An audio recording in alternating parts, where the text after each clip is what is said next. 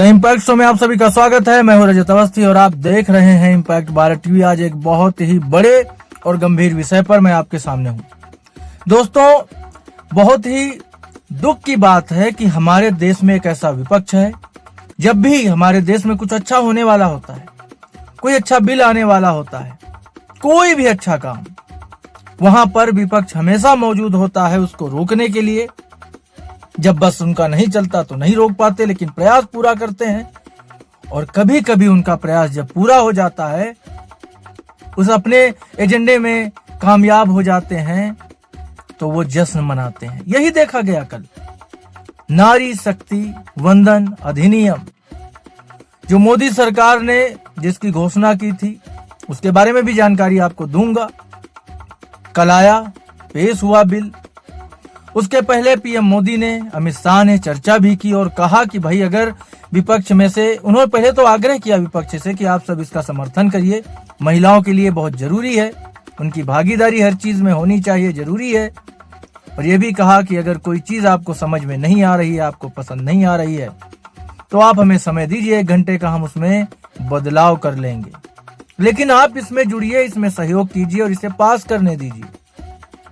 PM Modi ने यह भी कहा कि मैं इसका क्रेडिट नहीं लूंगा, सभी विपक्षियों की फोटो छपवा कर, विज्ञापन चलवा कर मैं इस चीज को सबके आगे रखूंगा, आप ले लीजिए क्रेडिट। लेकिन उसके बाद भी ये जो निर्दयी विपक्ष है, उसने वही किया जो उसको हमेशा करना था। उसका खामियाजा ये हुआ कि बिल सदन में गिर गया, पास नहीं हो पाया। पीएम मोदी ने भी कहा कि महिलाएं इस देश की जो हैं, वो विपक्ष को कभी माफ नहीं करेंगी इसके लिए। लेकिन बेशरम विपक्ष वहां पर जब बिल गिरा तो बेंच पीट रहा था, तालियां बजा रहा था, जश्न मना रहा था कि अरे ये बिल गिरा लिया हमने। महिलाओं के प्रति उनकी ये विचारधारा, उनकी ये मानसिकता, ये जश्न मनाने का ट्रेडिशन, ये बताता है कि केवल राजनीतिक सुख, राजनीतिक दृष्टिकोण ही विपक्ष का एक एजेंडा है। देश की भलाई से कोई उन्हें परवाह नहीं है, क्योंकि अगर ऐसा होता तो हमारी सेनाएं जब शूरवीरता के साथ स्ट्राइक करती हैं तो वो उसके सबूत नहीं मांगते। वो दुर्भाग्य है हमारा कि हमारे देश में, भारत में ऐसा विपक्ष है। पीएम मोदी को आज देश की जनता के सामने आना पड़ा, अपना संबोधन करके सबको सारी चीजें बतानी पड़ी। और उन्होंने एक अच्छी बात कही कि हमारा मनोबल कम नहीं हुआ है, वजह है, हम फिर से प्रयास करेंगे और आज नहीं तो कल इसको हम करके ही रहेंगे। ये बहुत अच्छी बात है कि, और दूसरी चीज, वो इसीलिए अपने दृढ़ संकल्प के लिए जाने जाते हैं। उन्होंने जरा सा भी ये नहीं रखा कि हाँ हम ये चीज नहीं कर पाए तो हम दोबारा नहीं करेंगे, बिल्कुल करेंगे, उन्होंने कहा है। अब इस पर थोड़ा आपको जानकारी दे देता हूं। कल यानी 17 अप्रैल 2026 को लोकसभा का इतिहास बदला। नारी शक्ति वंदन अधिनियम को लागू करने के लिए लाया गया संविधान 131वां संशोधन बिल सदन में गिर भी गया। 298 वोट पक्ष में, 230 वोट विरोध में, 2/3 बहुमत यानी 352 वोट नहीं मिला, महज 54 वोटों की कमी रही। यह कोई साधारण बिल नहीं था दर्शकों, यह था महिलाओं के सशक्तिकरण का सपना। प्रधानमंत्री नरेंद्र मोदी और गृह मंत्री अमित शाह ने अथक प्रयास किए, लेकिन राहुल गांधी, अखिलेश यादव, कांग्रेस, टीएमसी, डीएमके और समाजवादी पार्टी की गलत नियति ने इसे गिरा दिया। आज हम इस पूरी कहानी को विस्तार से आपके सामने रखेंगे। कैसे मोदी सरकार ने महिलाओं के लिए लड़ाई लड़ी, कैसे विपक्ष ने राजनीति के चश्मे से देखा और कैसे देश की नारी का जो शक्ति का अपमान हुआ, वो सब आज आप सबके सामने है। सबसे पहले सितंबर 2023 में मोदी सरकार ने नारी शक्ति वंदन अधिनियम 106वां संविधान संशोधन पास करवाया था। लोकसभा और राज्यसभा दोनों में भारी बहुमत से 33% सीटें महिलाओं के लिए आरक्षित। यह ऐतिहासिक था, लेकिन लागू होने के लिए परिसीमन जरूरी था। जनगणना के बाद सीटें बढ़ानी थी। 16 अप्रैल 2026 को सरकार ने इस कानून को अधिसूचित करके, लेकिन इसे 2029 के चुनाव से पहले लागू करने और लोकसभा सीटें बढ़ाने यानी लगभग 850 तक के लिए 3 बिल लाए गए। पहला संविधान 131वां संशोधन बिल 2026, दूसरा परिसीमन बिल 2026, तीसरा केंद्र शासित प्रदेश कानून संशोधन बिल 2026। सरकार ने 3 दिन का विशेष सत्र बुलाया। प्रधानमंत्री मोदी ने खुद सदन में अपील की। उन्होंने कहा, मैं सभी सांसदों से अपील करता हूं, राजनीति से ऊपर उठकर नारी शक्ति वंदन अधिनियम के संशोधनों का समर्थन करें। करोड़ों महिलाएं हमारी ओर देख रही हैं। हमारा इरादा और फैसला महिलाओं का सम्मान करें।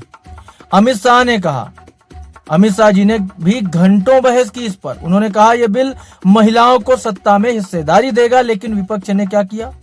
राहुल गांधी और अखिलेश यादव ने इसे असंवैधानिक चाल बताई। अब आते हैं मुख्य मुद्दे पर। सदन में क्या हुआ? 17 अप्रैल को वोटिंग। कुल 528 सांसद मौजूद रहे। पक्ष में 298 वोट, विरोध में 230 और बिल गिर गया।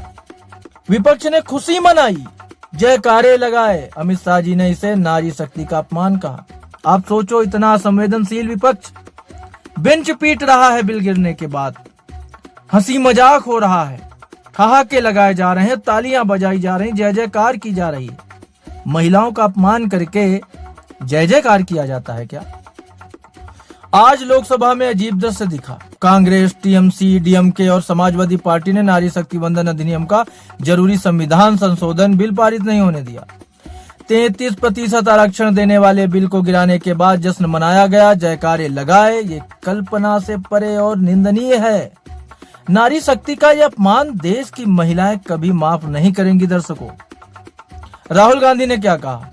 उन्होंने कहा, संशोधन बिल गिर गया। उन्होंने महिलाओं के नाम पर संवैधानिक चाल चली, हम इसे कभी पास नहीं होने देंगे। अब आप समझ लो इनकी जो नियति है वो क्या है। अखिलेश यादव ने कहा, हम महिला आरक्षण का समर्थन करते हैं, लेकिन इस बिल का नहीं।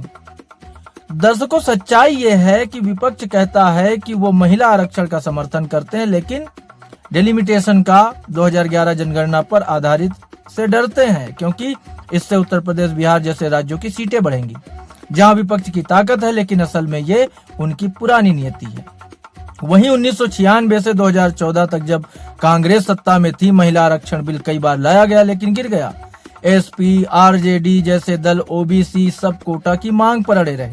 मोदी सरकार ने 2023 में बिना सब कोटा के पास किया, क्योंकि महिलाओं का हक पहले आता है।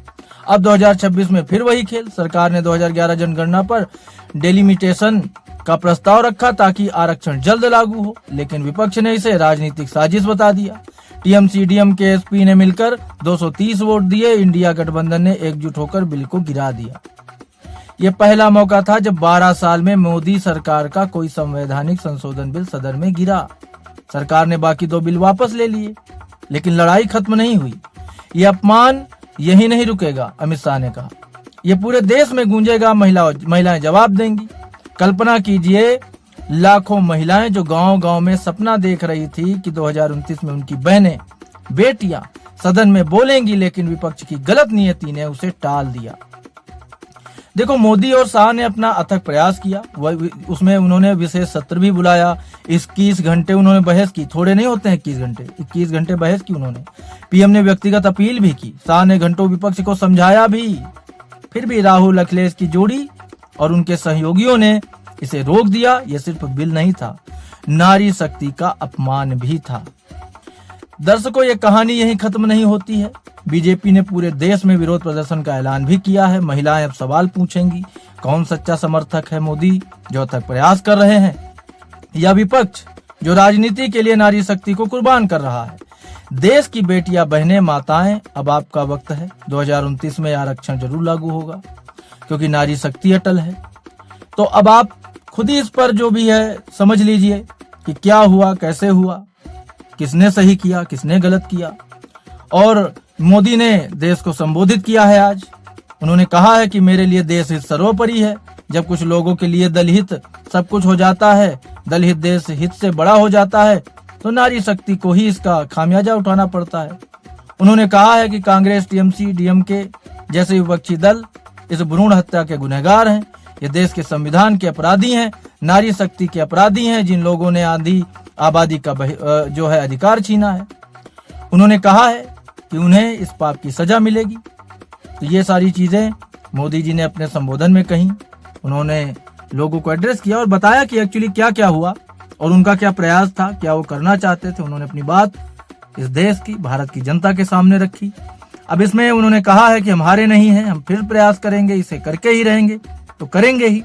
आगे जो इस पर अपडेट होगी आज मैं आपको फिर आगे बताऊंगा, लेकिन आज की ये सबसे बड़ी खबर, और आप सभी को ये चीज बड़ी गंभीरता से लेनी चाहिए कि विपक्ष इस देश में कोई भी अच्छा काम क्यों नहीं होने देता, क्या डर है उन्हें। और उन्होंने इस बिल को बड़ी ही बेरहमी से गिराया है, उसके बाद जश्न मनाया है, तालियां बजाई हैं, मेजें थपथपाई हैं, जयकारे लगाए हैं। ये बात इस देश की महिला को भूलनी नहीं चाहिए। इसी के साथ आज की बड़ी खबर में इतना ही। हमारी मुलाकात आपसे फिर होगी एक और बड़ी खबर के साथ। तब तक आप सभी देखते रहिए इम्पैक्ट भारत टीवी। देश दुनिया की सभी बड़ी खबरें सबसे पहले पाने के लिए देखते रहिए इम्पैक्ट भारत टीवी।